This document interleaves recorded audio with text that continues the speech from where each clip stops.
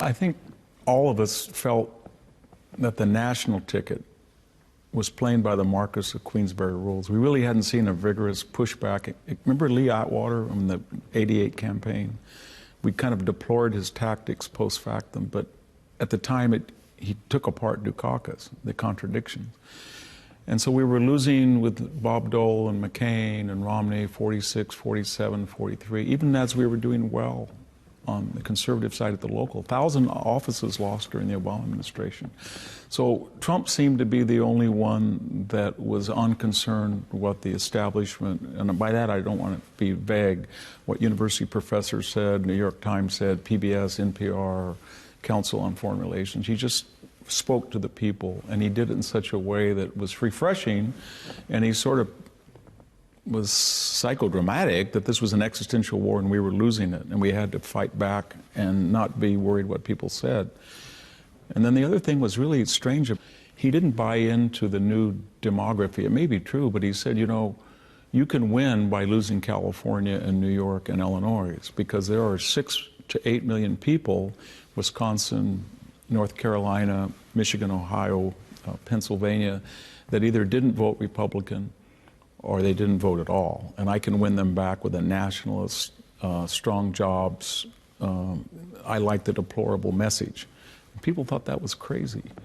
And so I thought he was just eccentric, and I was a little bit dangerous, I thought, but I thought that he was, at this point, we're at a point of no return, and he was the anecdote.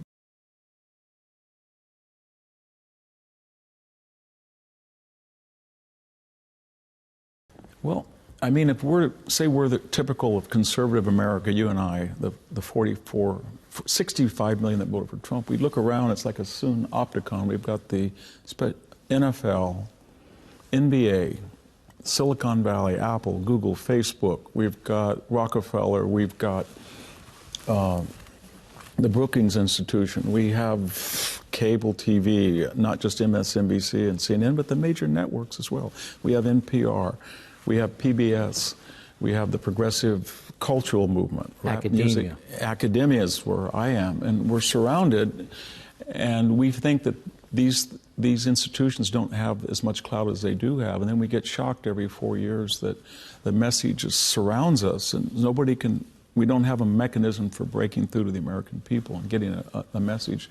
And the irony is the message of free market capitalism, limited government, individual liberty is what they thrive for. In their daily lives, they sometimes vote against their interests because this circular octopus, synopticon, whatever you want to call it, we don't get any, you and I, conservatives, traditionalists, we have safe spaces, if I could use their word, where we retreat to. For them, it's a 24/7 relentless entertainment, education, politics, media, and it's overwhelming.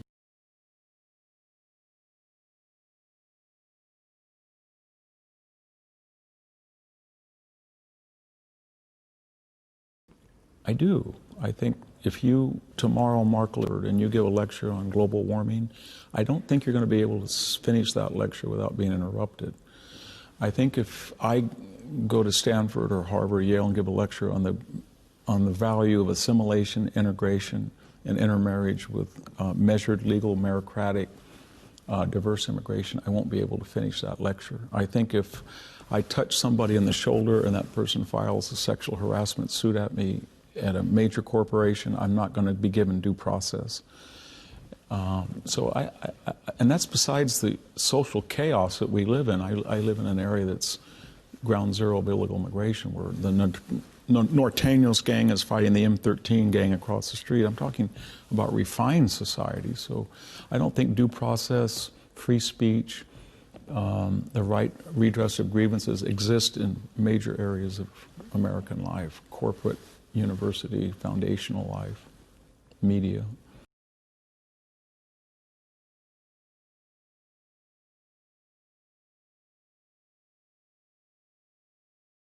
I think it is. I don't want to be pessimistic in the sense that I really admire people, some in the Republican Party, really brave voices there are in academia that are saying, you know, I'm going to speak out regardless of the consequences. But the Romans and the Greeks believed that luxus, that's a more authors use, luxury, affluence, leads to non-seriousness. I don't want to use the word decadence, but we are such an affluent, leisured society. So somebody from the inner city can have an iPhone with more computing power than 6 IBM mainframes. A guy across the street can come from Mexico and he can be in a Kia, and that can be a better ride than a Mercedes 30 years ago. And I think that's great, but what we don't get with it is some collective gratitude or some sense of accomplishment. Instead, we get, that Kia is not as good as today's Lexus, and therefore the equality result didn't work for me. And that, I don't like the lack of gratitude or the trashing of the system or our ancestors that gave us all this system. And maybe it's the universities have created an arrogant and ignorant cadre of youth, but something's gone wrong.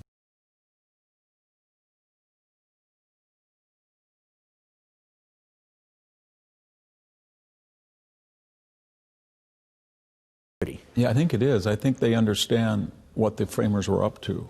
And their model is not a constitutional Rome that went through Europe through the Enlightenment with Montesquieu separate. It's radical Athenian democracy. On any given day, 51% of the population decide what the law is. There is no constitutional protection. You want to kill Socrates on Monday or murder the Melians on Tuesday, you can do it if you have 51%. So it's been steady. I mean, we went from property qualifications, moderate property, to direct election of senators, and there were some arguments for this. And then, as you say, now it's abolishing the Electoral College and enlarging the Supreme Court now, packing it, enlarging the House of Representatives, maybe 1,000 members.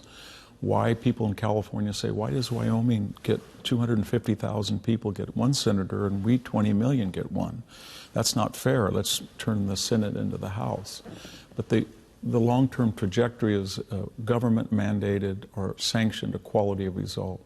Because they got what they wanted with the civil rights, finally. We had true equality of opportunity. And then they were expecting that everybody would be equal. And human nature being what it is, it's never going to be that way. So they said, the conservative position is we're not going to be equal, but the poorest person is going to have a pretty good life if he's in a free market economy and a constitutional system. But they say, no, we don't really care what absolute poverty or wealth is. We want everybody to be equal. They would rather have everybody making $20,000 a year than the poor making 50 and somebody making $1 billion. So that's relentless. That's a psychological.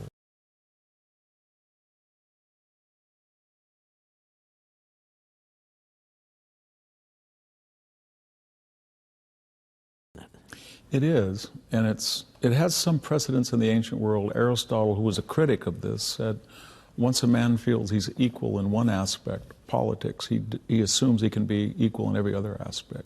Plato said the trajectory is that finally the donkeys and the dogs in Athens have to vote, meaning there will be a destruction of criterion. But you're right, it takes up speed in the Enlightenment in Europe, and it bifurcates. And we thought we were saved from it because the Anglo-Scottish tradition was more limited government, very deep skepticism of the cycles of the French Revolution. And the European continental model is a model that progressives choose.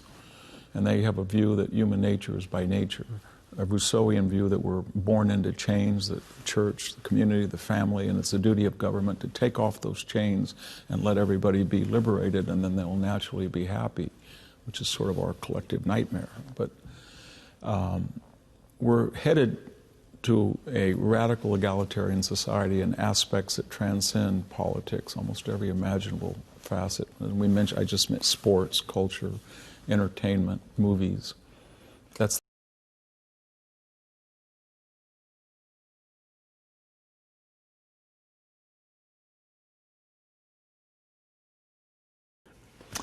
well, they have a certain cachet. They think they went to a particular, they're branded like a cattle. They think that the Ivy League brand allows them certain entree or certain privileges. But you look at Silicon Valley, you have gatekeepers that decide what is hate speech or what is not. And they control the expressions of 7 billion people on the planet because they are morally better than we are. You turn on public TV and you get this, or cable TV, and you get this anguish about, these people, or the deplorables, the irredeemables, the clingers. I think there was They use the term East Germans. I've heard that said. I think John McCain called them wacko birds and those people. So there was a real contempt for people they feel that don't properly know how to use their freedom and their economic clout. And they do stupid stuff. They buy jet skis, they go snowmobiling, and they pollute the universe. And if you can just have this international global elite that have proper education, proper resumes, proper CVs, sober and judicious, they can all get around and they can say, you know what, we're doing it all for you. And of course, throughout history, we've seen these people, and they all have one thing in common, that they're all excused, or they're not subject to the ramifications of their own ideology. So.